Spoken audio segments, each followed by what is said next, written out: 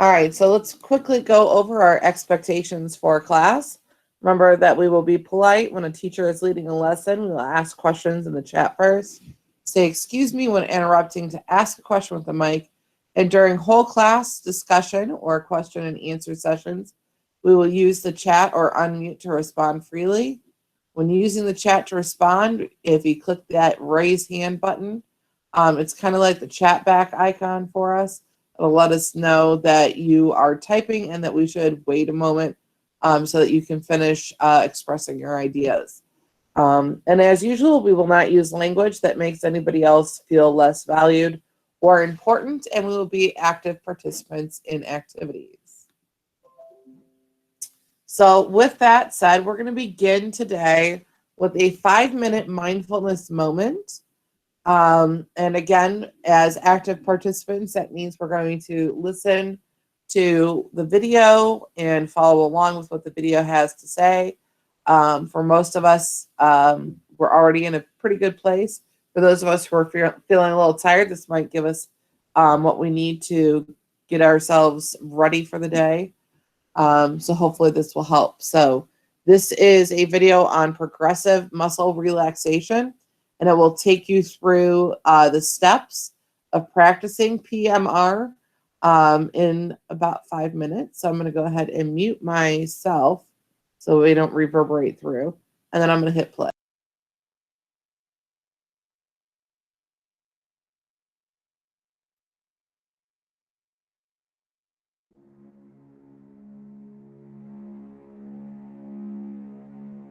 Progressive muscle relaxation is an exercise that reduces stress and anxiety in your body by having you slowly tense and then relax each muscle. This exercise can provide an immediate feeling of relaxation, but it's best to practice frequently. With experience, you will become more aware of when you are experiencing tension, and you will have the skills to help you relax. During this exercise, each muscle should be tensed, but not to the point of strength. If you have any injuries or pain, you can skip the affected area. Pay special attention to the feeling of releasing tension in each muscle and the resulting feeling of relaxation. Let's begin. Sit back or lie down in a comfortable position. Shut your eyes if you're comfortable doing so. Begin by taking a deep breath and noticing the feeling of air filling your lungs. Hold your breath for a few seconds. Release the breath slowly and let the tension leave your body. Take in another deep breath and hold it.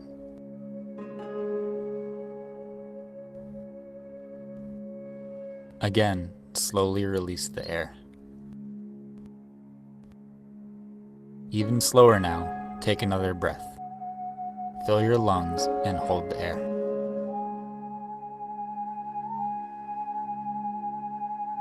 Slowly release the breath and imagine the feeling of tension leaving your body. Continue breathing slowly throughout this exercise. Try to focus on the feeling of air filling and leaving your lungs. It will be normal for your mind to wander. When it does, do your best to bring it back to the moment. Now, move your attention to your feet. Begin to tense your feet by curling your toes in the arch of your foot. Hold on to the tension and notice what it feels like. Release the tension in your foot. Notice the new feeling of relaxation. Next, begin to focus on your lower leg. Tense the muscles in your calves. Hold them tightly and pay attention to the feeling of tension. Release the tension from your lower legs. Again, notice the feeling of relaxation. Remember to continue taking deep breaths. Next, tense the muscles of your upper leg and pelvis. You can do this by tightly squeezing your thighs together. Make sure you feel tenseness without going to the point of strain. And release. Feel the tension leave your muscles. Begin to tense your stomach and chest. You can do this by sucking your stomach in. Squeeze harder and hold the tension.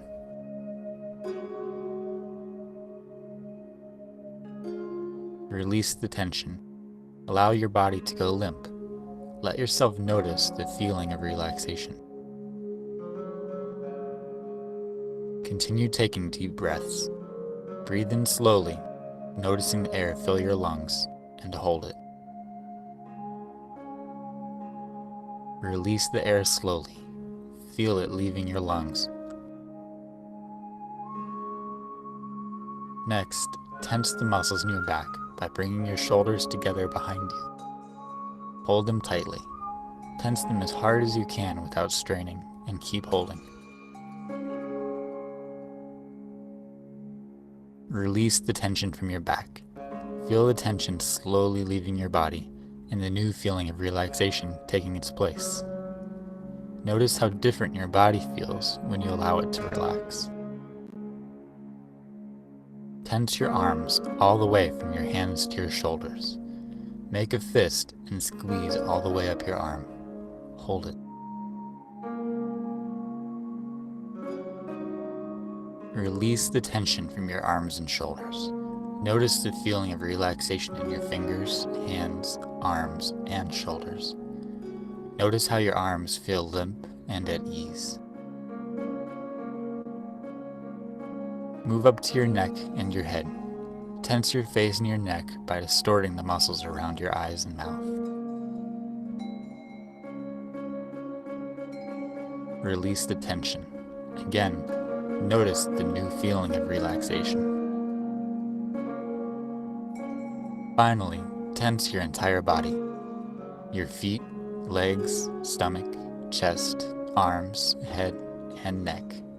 Tense harder without straining. Hold on to the tension. Now release. Allow your whole body to go limp. Pay attention to the feeling of relaxation and how different it is from the feeling of tension. Continue taking deep breaths.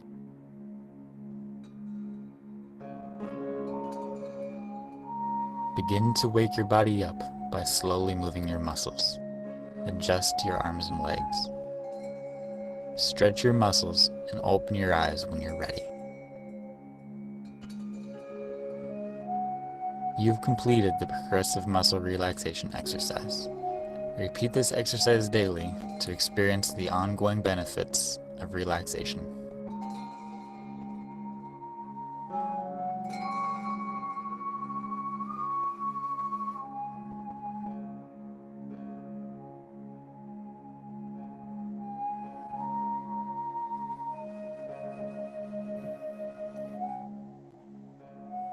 All right, so hopefully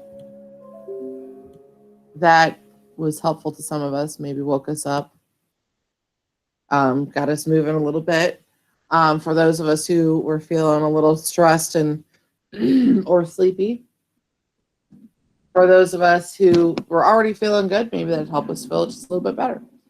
All right, so let's take a look at what we're going to be up to this week. Remember that Friday is our last day before winter break, just so you're aware. So we have live class Monday, Wednesday, and Friday this week for first through fourth period. And your fifth through eighth period classes will be live on Tuesday and Thursdays. So on our agenda for this week, we only have two major assignments. They would be an ed puzzle that will open up for you guys tomorrow on mindfulness. And I believe it's like maybe 6 minutes. It's really not that long. And then Thursday is a short article from Common Lit called Coping Mechanisms that will actually open up for you guys on Wednesday morning. So if you're somebody who likes to work a little bit ahead, you can do that. All of these things are due on Sunday evening, Sunday night. So even though we'll be off for 2 weeks, try to get them done so that they don't creep up on you and bite you on New Year's Eve, because that would just stink. And we will be probably taking a day or so of grading here and there over break so that when Mr. Doozy and I come back, we're not completely flooded. Probably no major grading days, but you know, here and there. That helps us from getting too stressed out. But again, break will be time for us to spend time with our families as well, even if it's just virtual meetings with them. Additionally, we will be available for you guys through Remind. I don't remember the name of the chat. And I check my email about once a day over break. So just be aware. If you need something urgently, the best way to get a hold of me would be through Remind. All right. So quick announcement. We are going to be using the stream of our classroom for announcements about senior activities, such as updates from admin about things like your senior photos and other plans like that, but also things like college extended due dates, SAT or ACT registration that they might be pushing out to us. Those things are kind of up in the air because of the COVID. But also things like this. There's a scholarship opportunity from Eastview Church in Cleveland. It's only open to students in the greater Cleveland area, but it is related to their Martin Luther King's essay contest. So you would have to write an essay in order to be considered for that scholarship. But also there's, what is that? The Metro Health initiative. They're having like a, can't think what they were. What did they call it? My brain just farted out. Give me a second. I'm going to look at what it said.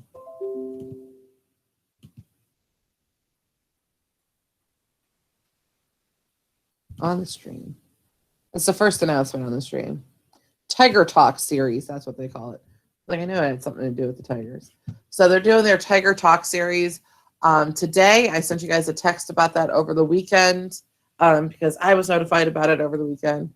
And the Tiger Talk series, they're going to be talking about dealing with COVID as a teenager, what that looks like for your job, for your socialization, things like that. And they'll be giving away 5 Chipotle gift cards. So, there's possibility of free tacos or a free burrito.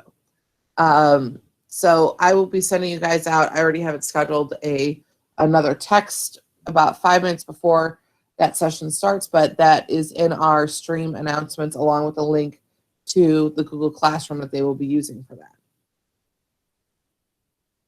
So we'll keep updating that with any kind of announcements or opportunities for college funding, college applications, or career exploration things that they send our way. All right. I'm on the wrong screen hitting the next button and nothing is happening. Yeah, I wonder why. All right, our agenda. So today we're going to continue talking about mindfulness. And specifically today we're going to talk about recognizing your triggers and recognizing how you respond to those triggers.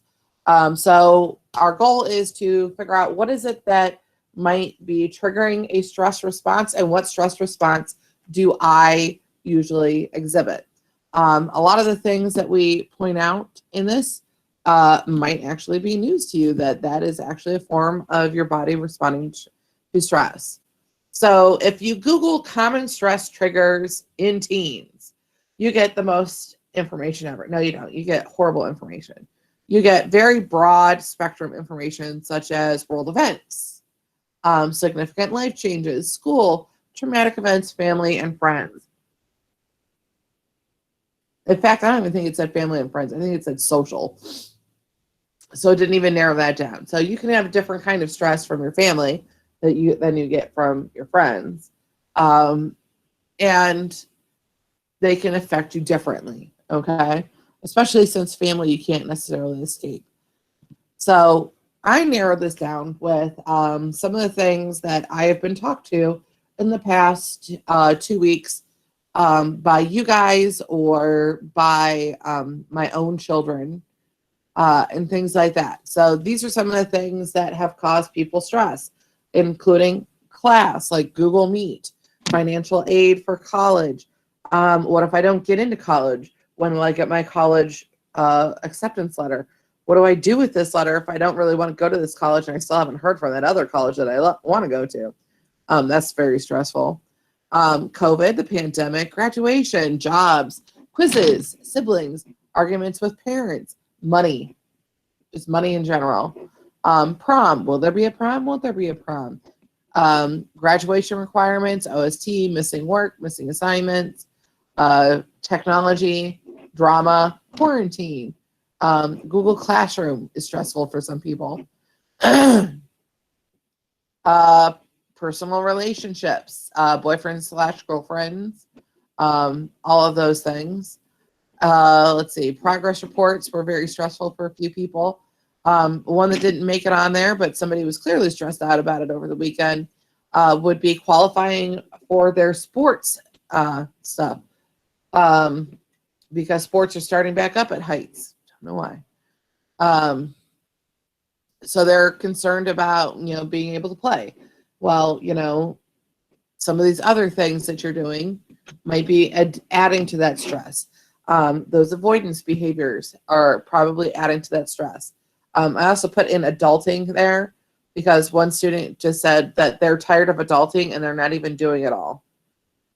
So I thought that was funny. I was like, I'm tired of adulting too, and I do it all. So we're going to now watch a quick video that will explain fight, flight, or freeze responses and how our body and our mind react to stress. So this will help you to realize that stress isn't just a mental thing. It can also be a physical thing.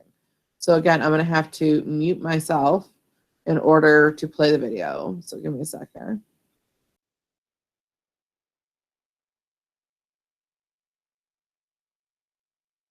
Humans, like all species, have self-protective mechanisms to help us survive. Our fight, flight, or freeze survival response, the FFF for short, is designed to mobilize our brain and body to fight an enemy, run from an avalanche, or freeze to hide from a predator. Our brain sometimes misinterprets safe situations as dangerous and can set off false alarms. When the amygdala, our brain's watchdog, senses and barks danger, our body enters survival mode quicker than our rational mind can react, leaving it trying to figure out why we feel in mortal danger. When the FFF alarm is sounded, we start to breathe more quickly and shallow, causing hyperventilation, and our heart starts beating very fast. These changes can cause strong chest pain, which many people interpret as symptoms of a heart attack, when in fact it's just a result of the FFF activation, which can be relieved through breathing exercises. As a way of getting you ready for action, blood is diverted towards the major muscle groups. Blood flows away from our digestive system, causing the bladder to relax, and we might feel the need to pee. The mouth goes dry, nausea can occur, and we get the butterflies feeling in our stomach. Blood also rushes from extremities, leaving us with cold hands, but often sweaty palms as the action-ready body starts sweating to avoid overheating. Legs and hands can start trembling and feel weak, while tension starts building in big muscles like the thighs, neck, and shoulders. In our head, FFF alarms cause our brain to focus on negative memories, probably so it can scan them to avoid danger and negative outcomes. We get tunnel vision as our pupils dilate to increase our focus and long vision, but as a result, we lose our peripheral vision. FFF activation also reduces our ability to recognize differences in facial expressions. Too much oxygen and too little CO2 can result in dizziness or lightheadedness, which many people interpret as signs that they might faint. But because fainting is caused by a drastic drop in blood pressure, and because the FFF increases both our heart rate and blood pressure, it's nearly impossible to faint when this happens. Over time, depression, anxiety, and high levels of stress all harm the brain's ability to slow or cancel false FFF activations, causing them to happen more often. Knowing the symptoms of false activations makes it easier to recognize and reduce their effects. At Tanky Boxing, you can learn both bottom-up and top-down techniques to reduce false FFF activation and bring your body back to balance.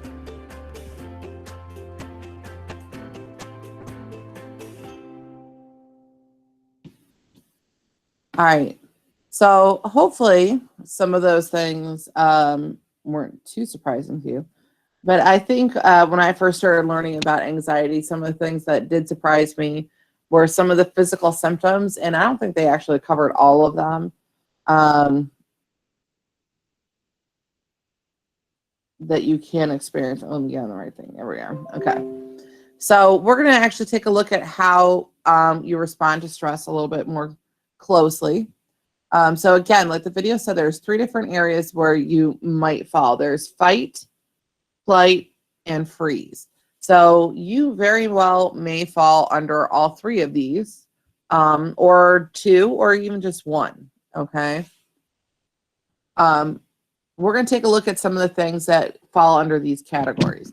And again, these are just kind of like the big ones.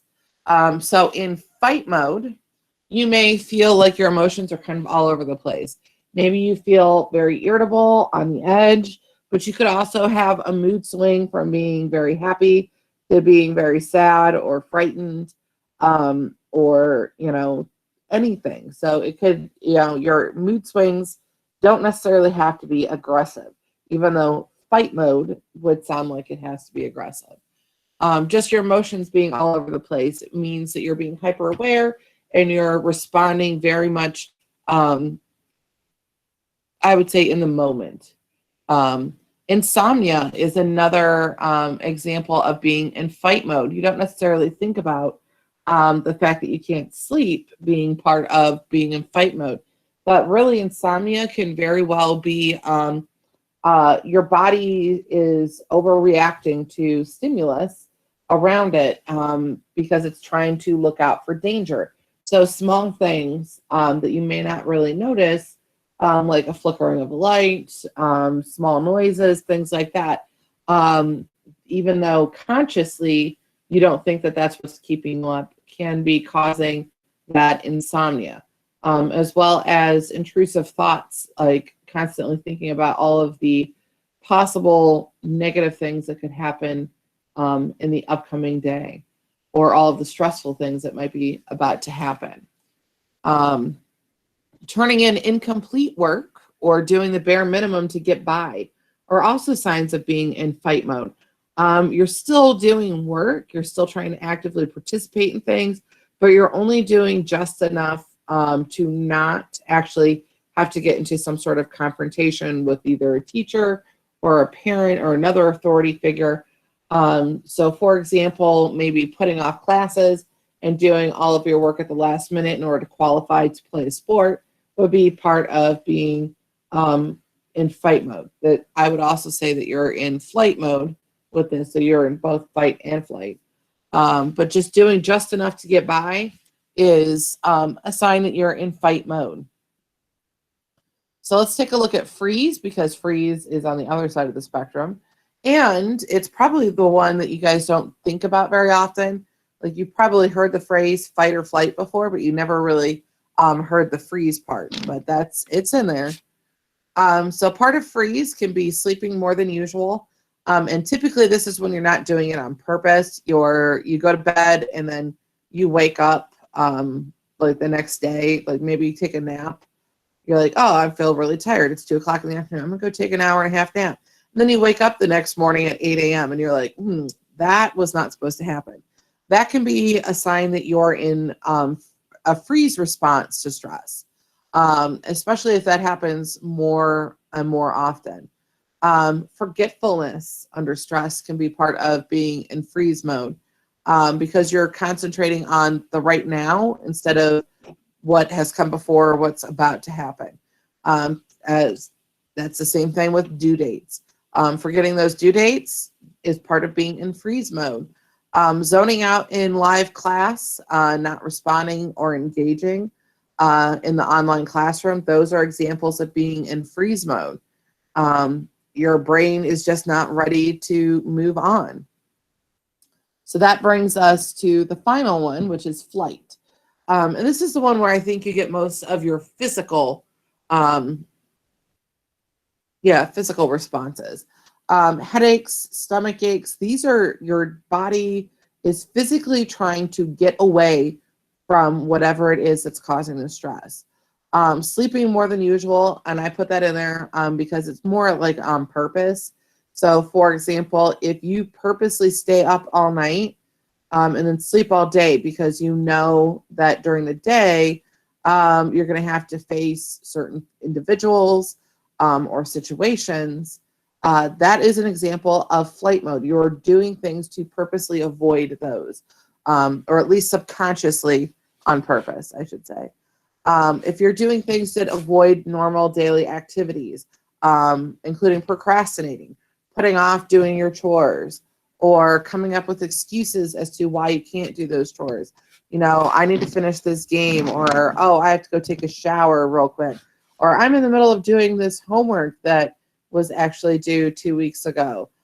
These are all examples of being in flight mode, where you're putting off an unpleasant or stressful situation by replacing it with something else or some other activity, just to push it away and avoid it. So think about those three. Is there anything on the list that you think sounds like something that you've experienced, especially if maybe it's something that you didn't realize that might be a sign of stress or your response to stress? And what we're going to do is I'm going to give you guys another link in the chat. Excuse me. And this one is to Mentimeter. And we're going to do a little word cloud. And you're going to go in and you're going to share. You can share up to like 5 responses, actually, of where you think you fall on the fight or flight. Do you feel like you hit fight, flight, freeze, maybe a little bit of each, maybe a little bit of 2 of them? I would say, in my personal opinion, for me, I'm mostly a flight and freeze person in that order. I would say that I don't get too aggressive with things. I used to when I was a little kid, but I think that the stress of how I felt when I was in an argument was worse, and that's why then I start to avoid them. Also, if you're one of those people who knows that you're going to get into an argument, we could do this as a 5-figure challenge. So you actually will sit there and practice the argument in your head, even though you are literally arguing with yourself before you have the argument. That would be an example of being in flight mode, or in fight mode rather, because you're preparing for that conflict. You know that it's coming, so you're role playing it out in your mind.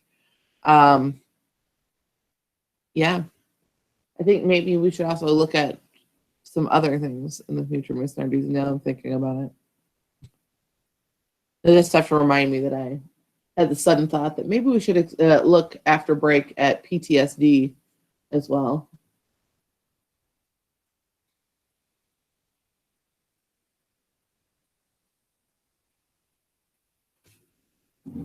Because in 2 weeks, I will definitely forget that kind of thing. All right, so I am leaving up our list here so that you guys have that to refer to, but I'm going to kind of peek over at what you guys are doing on the responses. So I see quite a few of you are saying that you fall into the freeze mode. Sleep seems to be a common one for most of you guys. And I would agree. I think sleep is probably one of the #1 things that you guys do to avoid things, or I think that people do to avoid things. I know my son has a tendency to do that. Sleeping a lot is a common symptom also of depression. And depression and anxiety are what they call complicating factors, because if you have one, you're more prone to have the other. There's actually a better term for that, more clinical term. I can't think of what it is right now, though. But basically it's saying, like, if you have one, that you're more apt to, like, more at risk to have the other. Comorbidity. Yes. Morbidity. I was like, it sounds really, really horrible when you say it too. So it's comorbid. I can't even say it. My God. Comorbidity. I feel like when I'm trying to teach my nephew Maddox to say my name, say Ma, and he's like, that's his response to everything, though. But what are you going to get from an 8-month-old, right? All right. So a lot of you say sleep and stomach aches. Yeah. Those of you that get the stomach aches, I would caution you to start to be a little bit more conscious of like when you get them. Think about what is it like? Am I anticipating here? My husband, I would say, is more of a fight person. When he's experiencing a lot of anxiety, he will purposely pick arguments. And I think it irritates him to no end that I know this, so I won't engage with him when he does. So then he like leaves trying to pick an argument with me and will go try and pick an argument with somebody else. It's really annoying, especially since everybody in our house knows it. And we've all started to shut him down on those things. So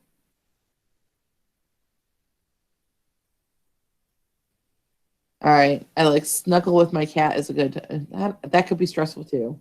I've had a cat that was very aggressive before. It would not deal with snuggles. My cat now, he may think he's a dog. He likes belly rubs.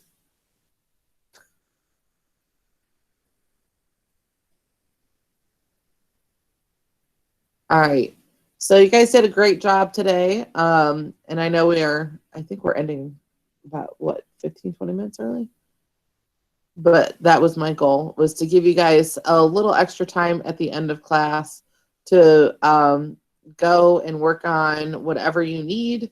Because remember, like I said before, mindfulness isn't just about meditation and things like that, but it is about recognizing things that might trigger some stress for you. So one thing that might trigger stress for you is having missing assignments or having those M's in your grade book. So I wanted to give you some time to go work on those things. If there is a low score in there that is stressing you out, feel free to submit a do-over request, and I will reset those for you.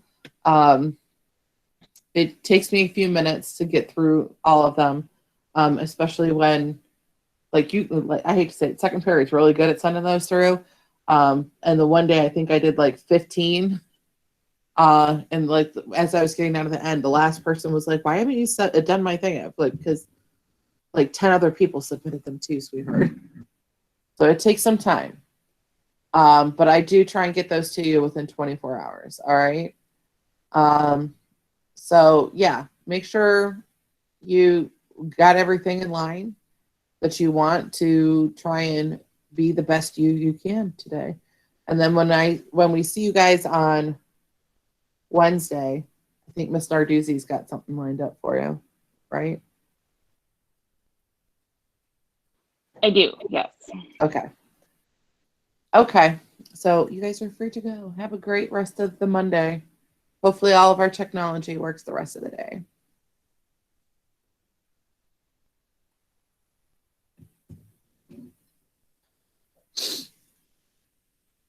And let me go turn off our recording. Oh, and guess what, Miss Narduzzi? Yes.